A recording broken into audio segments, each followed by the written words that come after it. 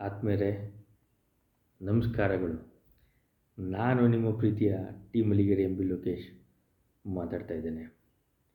ಇವತ್ತಿನ ಒಂದು ವಿಶ್ಲೇಷಣೆ ಏನಪ್ಪ ಅಂತಂತಂದರೆ,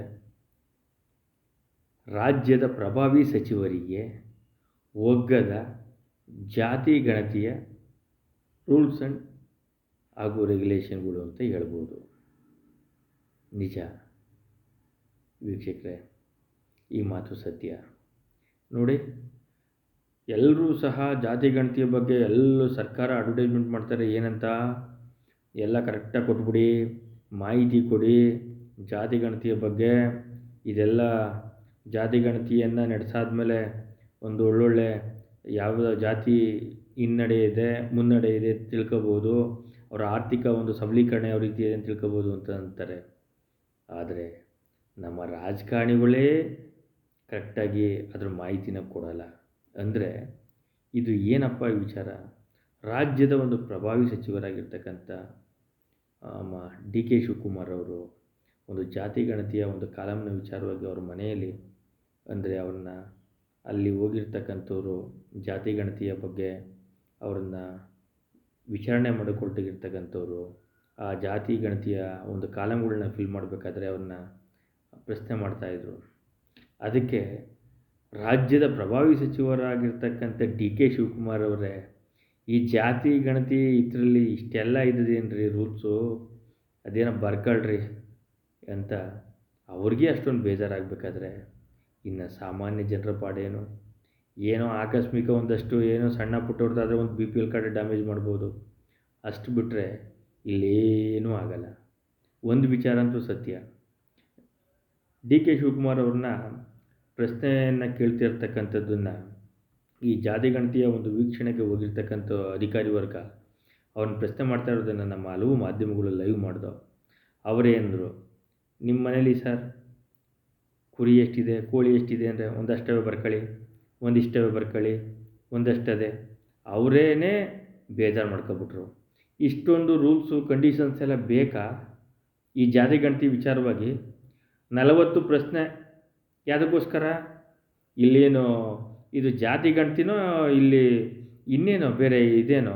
ಇಷ್ಟು ಹೊತ್ತು ಒಬ್ಬ ವ್ಯಕ್ತಿ ಒಂದು ಕುಟುಂಬ ಇಡೀ ವಿಚಾರವನ್ನು, ಅಂದರೆ ಇಷ್ಟೊಂದು ಕಾಲಮ್ನ ಫಿಲ್ ಮಾಡಬೇಕು ಅಂದರೆ ಇದು ಪ್ರಜಾಪ್ರಭುತ್ವ ರಾಷ್ಟ್ರನೋ ಇದೇನು ಕಮ್ಯುನಿಸ್ಟ್ ರಾಷ್ಟ್ರವೋ? ಆಲ್ರೆಡಿ ನಮ್ಮ ನ್ಯಾಯಾಲಯಗಳು ಆಲ್ರೆಡಿ ಹೇಳಿದೆ ಯಾವುದೇ ವ್ಯಕ್ತಿ ಮೇಲೆ ಒತ್ತಡಗಳನ್ನ ತರಬಾರ್ದು ಅಂತ. ಆದರೆ ಈ ರೀತಿಯ ಒಂದು ಜಾತಿ ಗಣತಿ ವಿಚಾರವನ್ನು, ಅಂದರೆ ಎಲ್ಲನೂ ನಾವು ಇದರಿಂದ ನಾವು ಸಾಮಾಜಿಕವಾಗಿ ಎಲ್ರಿಗೂ ಸಹ ಒಂದು ಶೈಕ್ಷಣಿಕವಾಗಿ ಅವ್ರಿಗೊಂದು ಭದ್ರತೆ ಕೊಡಬೇಕು ಅಂತ ನಾವು ಜಾತಿ ಗಣತಿನ ಪ್ರಾರಂಭಿಸ್ತೀವಿ ಅಂತ ಯಾಕೆ ಸಾಮಾನ್ಯ ಜನರ ದುಡ್ಡನ್ನು ಈ ರೀತಿ ಪೋಲ್ ಮಾಡ್ತೀರಿ? ಸಾರ್ವಜನಿಕರು ಕಷ್ಟಪಟ್ಟು ಒಂದು ಟೂತ್ ಪೇಸ್ಟು, ಒಂದು ಕಾಳುಗಳು, ಎಲ್ಲದ್ರ ಮೇಲೂ ಟ್ಯಾಕ್ಸು, ನಿಂತಿದ್ರ ಮೇಲೆಲ್ಲ ತೆರಿಗೆ. ಆದರೆ ನಮ್ಮ ರಾಜ್ಯದ ಪ್ರಭಾವಿ ಸಚಿವರಾದಂಥ ಡಿ ಕೆ ಶಿವಕುಮಾರ್ ಅವರಿಗೆ ಇಷ್ಟೊಂದು ಬೇಜಾರಾಗಿದೆ ಅಂದರೆ ಈ ಜನಸಾಮಾನ್ಯರ ಪಾಡೇನು? ಈಗ ಸರ್ಕಾರದ ಪ್ರಮುಖ ಅಂಗವಾಗಿರ್ತಕ್ಕಂಥವರು ಡಿ ಕೆ ಶಿವಕುಮಾರ್ ಅವರು. ಅಂದರೆ ಪ್ರಮುಖ ಅಂಗ ಅಂದರೆ ಯಾವ ರೀತಿ? ಪ್ರಭಾವಿ ಸಚಿವರು. ಇಷ್ಟೆಲ್ಲ ಬೇಕಾ? ಬರ್ಕೊಳ್ಳಿ, ಅದೊಂದಷ್ಟು 10 ಬರ್ಕೊಳ್ಳಿ, ಇದೊಂದು 5 ಬರ್ಕೊಳ್ಳಿ ಅಂತ ಅವರೇ ಆ ರೀತಿ ಮಾಹಿತಿನ ಕೊಟ್ಟರು ಅಂದರೆ ಎಷ್ಟು ಜನರಿಗೆ ಬೇಜಾರಾಗಿರಬಾರ್ದು ಅಲ್ವಾ? ಈ ಜಾತಿ ಗಣತಿನ ಇದೇನಾದ್ರು ಯಶಸ್ವಿ ಆಗೋದೋ ಇಲ್ವೋ? ಯಾಕೆ ಸಾಮಾನ್ಯ ಜನರ ದುಡ್ಡನ್ನು ಪೋಲ್ ಮಾಡ್ತೀರಿ? ಈ ಜಾತಿ ಗಣತಿ ನಡೆಸ್ಬೇಕಲ್ವಾ? ಇಷ್ಟೊಂದು ಕಾಲಮ್ನ ನೀಡಬೇಕು ಅಂತ ನಮ್ಮ ರಾಜ್ಯ ಸರ್ಕಾರಕ್ಕೆ ತಿಳುವಳಿಕೆಯನ್ನು ಕೊಟ್ಟಿದ್ದಾನಲ್ಲ ಅಧಿಕಾರಿ, ಆ ಪುಣ್ಯಾತ್ಮ ಯಾರಪ್ಪ ಅವನು? ಇಷ್ಟೆಲ್ಲ ಪ್ರಶ್ನೆ ಕೇಳುವ ಸಾರ್ ಅಂತ. ಯಾಕೆಂದರೆ ಯಾವುದೇ ಒಂದು ಅದನ್ನು ತಯಾರು ಮಾಡಬೇಕಾದ್ರೆ, ಅಂದರೆ ಜಾತಿ ಗಣತಿ ಅಂದರೆ ಏನು, ಜಾತಿ ಗಣತಿಗೆ ಎಷ್ಟೊಂದು ರೂಲ್ಸ್ ಆ್ಯಂಡ್ ಕಂಡೀಷನ್ಸ್ ಬೇಕು, ಜಾತಿ ಗಣತಿನ ಯಾವ ರೀತಿ ಮಾಡಬೇಕು ಅಂತ ಹೇಳೋರೇ ನಮ್ಮ ಅಧಿಕಾರಿ ವರ್ಗ.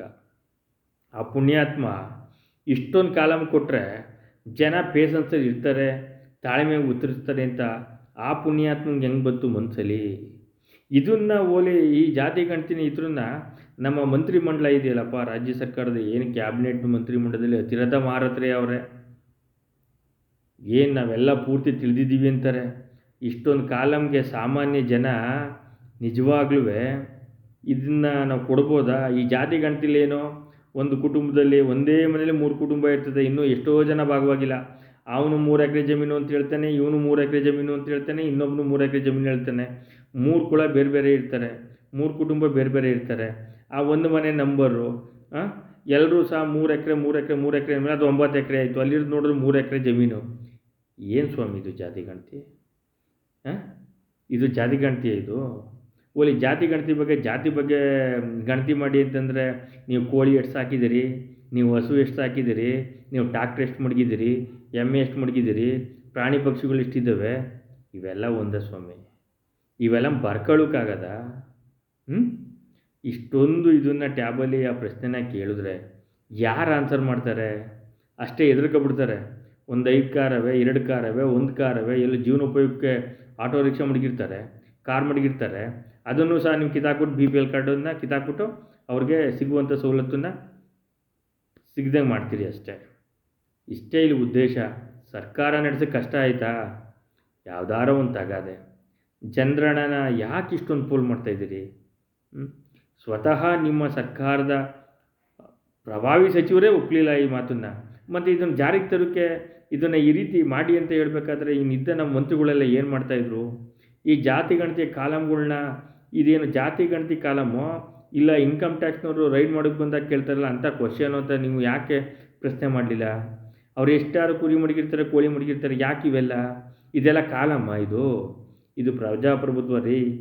ನಿಮ್ಮ ಇಷ್ಟ ಬಂದಂಗೆ, ನಿಮ್ಮ ಇಷ್ಟ ಕೊಟ್ಟಂಗೆ, ನೀವೆಲ್ಲ ಹೇಳ್ದಂಗೆ ಪ್ರಶ್ನೆಗೆ ಆನ್ಸರ್ ಮಾಡಬೇಕು ಅಂತೇನು ರೂಲ್ಸ್ ಇಲ್ಲ. ಯಾವ ವ್ಯಕ್ತಿ ಎಷ್ಟನ್ನು ಕೇಳಬೇಕು, ಏನನ್ನು ಕೊಡಬೇಕು ಅಂತ ಅದರ ಒಂದು ವಿಚಾರವನ್ನು ಕ್ಯಾಬಿನೆಟಲ್ಲಿ ಚರ್ಚೆ ಮಾಡಿಬಿಟ್ಟು ಇಷ್ಟಕ್ಕೆಲ್ಲ ನಮ್ಮ ಜನ ಉತ್ತರ ಕೊಡ್ತಾರಾ? ಅವ್ರಿಗೂ ಸಹ ಬೆಳಿಗ್ಗೆ ಎದ್ದೇಟು ಗಾರ್ಮೆಂಟ್ಸ್ಗೆ ಹೋಗೋರವ್ರೆ, ರೈತರವ್ರೆ, ಎಲ್ಲ ಮನೆಗೆ ಬಾಗಿಲಾಕೊಂಡು ಹೋಗ್ತಾರೆ. ಯಾರೋ ಒಂದಷ್ಟು ಅಫೀಸಿಯಲ್ ಕುಟುಂಬ ತಾನೇ ಎಲ್ಲಿ ಸಿಕ್ಕರು? ಓಲಿ ಜಾತಿ ಗಣತಿಗೆ ಅವರು ಬರ್ತಾರೆ ಅಂದ್ಬಿಟ್ಟು ಕಾಯ್ಕೆ ಕುದ್ಕೋತಾರ? ಸಾಧ್ಯನೇ ಇಲ್ಲ. ಇದು ಜಾತಿ ಗಣತಿಯಲ್ಲ. ನನ್ನ ಪ್ರಕಾರ ಹೇಳೋದಾದರೆ ಜಾತಿ ಗಣತಿಗೂ ಎಷ್ಟು ಎಕರೆ ಜಮೀನದೆ ಇದಕ್ಕೂ ಏನು ಸಂಬಂಧ? ಎಷ್ಟು ಸೈಕಲ್ ಅವೆ, ಎಷ್ಟು ಸ್ಕೂಟ್ರ್ ಅವೆ, ಏನು ಸಂಬಂಧ? ಅಲ್ಲ, ಇವರ ಆರ್ಥಿಕ ಸ್ಥಿತಿ ಹೆಂಗಿದೆ, ಏನಿದೆ ಅಂತ ನಾವು ಮಾಡ್ತೀವಿ ಅಂತಾರೆ. ಇಷ್ಟೊಂದು 40 ಕಾಲಮ್ಗೆ ಸಾಮಾನ್ಯ ಹಳ್ಳಿಗಾಡಿನ ಜನ, ಅಂದರೆ ಅದರಲ್ಲೂ ಸಹ ಕಾಡು, ಬೆಟ್ಟ, ಕಾಡು ಇಲ್ಲೆಲ್ಲ ಜನ ಇದ್ದಾರೆ. ಇದೆಲ್ಲ ಸಕ್ಸಸ್ ಆಗುತ್ತಾ? ನಿಜವಾಗ್ಲೂ ಇದೊಂಥರ ತುಂಬ ಹಣ ಪೋಲಾಗ್ತಾಯಿದೆ. ಸಾಮಾಜಿಕವಾಗಿ, ಶೈಕ್ಷಣಿಕವಾಗಿ ನಾವು ಕೊಡ್ತೀವಿ ಅನ್ನೋ ಒಂದು ವಿಚಾರದಲ್ಲಿ ಈ ಜಾತಿ ಗಣತಿ ಎಂಬ ಹೆಸರಿನಲ್ಲಿ ಹಣ, ಸಾಮಾನ್ಯ ಜನರ ತೆರಿಗೆ ಹಣ ಪೋಲಾಗ್ತಾಯಿದೆ. ನಿಜವಾಗ್ಲೂ ಈ ಜಾತಿ ಗಣತಿಯ ಇರತಕ್ಕಂಥ ಒಂದು ಕಾಲಮ್ನ ಸರ್ಕಾರ ಕೂಡಲೇ ರದ್ದು ಮಾಡಿ ಬೇರೆ ರೀತಿ ಜಾತಿ ಗಣತಿಗೆ ಎಷ್ಟು ಮಾನದಂಡ ಬೇಕೋ ಅಷ್ಟೊಂದು ಮಾತ್ರ ಕೇಳ್ಕೊಂಡು ಇದನ್ನು ಒಂದು ರೀತಿ ಸಾಮಾಜಿಕವಾಗಿ, ಪ್ರಾಮಾಣಿಕವಾಗೂ, ಸಾಮಾಜಿಕವಾಗಿ, ಶೈಕ್ಷಣಿಕವಾಗಿ ಎಲ್ರಿಗೂ ನ್ಯಾಯ ದೊರಕಿಸಬೇಕು ಅಂತಂದರೆ ಮೊದಲು ಈ 40-50 ಇರ್ತಕ್ಕಂಥ ರೂಲ್ಸ್ ಆ್ಯಂಡ್ ರೆಗ್ಯುಲೇಷನ್ ಕಿತ್ಬಿಸಾಕಿ ಜಾತಿ ಗಣತಿಗೆ ಎಷ್ಟು ಬೇಕೋ ಆ ಮಾನದಂಡನ ಉಪಯೋಗಿಸ್ಬೇಕು ಅಂತ ನಮ್ಮ ಸರ್ಕಾರಕ್ಕೆ ನಾವು ಒಂದು ರೀತಿಯ ಮನವಿಯನ್ನು ಮಾಡ್ತಾಯಿದ್ದೇವೆ. ಅದೇ ರೀತಿ ನಮ್ಮ ಪ್ರಭಾವಿ ಸಚಿವರಿಗೆ ಈ ರೀತಿ ಬೇಜಾರಾಗಿದೆ ಅಂತಂದರೆ ಇನ್ನು ಜನಸಾಮಾನ್ಯರ ಪಾಡೇನು? ಆದಮೇಲೆ ಇನ್ನೂ ಸಹ ಒಂದು ಹೊಸ ವಿಚಾರದ ಬಗ್ಗೆ ವಿಶ್ಲೇಷಣೆಯನ್ನು ಮಾಡೋಣ. ನೀವು ಯೂಟ್ಯೂಬ್ ಚಾನಲ್ಗೆ ಹೋಗಿ ಜನತಾ ಪರಿವಾರ ಎಂಬ ಇದನ್ನು ಸಬ್ಸ್ಕ್ರೈಬ್ ಮಾಡ್ತಾ, ಲೈಕ್ ಮಾಡಿ, ಶೇರ್ ಮಾಡಿ. ಇನ್ನೂ ಸಹ ನೀವು ಕೊಡ್ತಾ ಇರ್ತಕ್ಕಂಥ ಪ್ರೋತ್ಸಾಹಕ್ಕೆ ನಾವು ಆಭಾರಿಯಾಗಿದ್ದೇವೆ. ಇನ್ನೂ ಒಂದು ಹೊಸ ವಿಚಾರದ ಮುಖಾಂತರ ನಿಮ್ಮ ಮುಂದೆ ಬರ್ತೀವಿ ಅಂತ ಹೇಳ್ತಾ ಈ ನನ್ನ ಒಂದು ವಿಶ್ಲೇಷಣೆ ಮುಗ್ತಾ ಇದ್ದೀನಿ. ಇಂತಿ ನಿಮ್ಮ ಪ್ರೀತಿಯ ಟೀಮ್ ಅಲ್ಲಿಗೆರೆ MB ಲೋಕೇಶ್. ಜೈ ಹಿಂದ್, ಜೈ ಕರ್ನಾಟಕ ಮಾತೆ. ನಮಸ್ಕಾರಗಳು.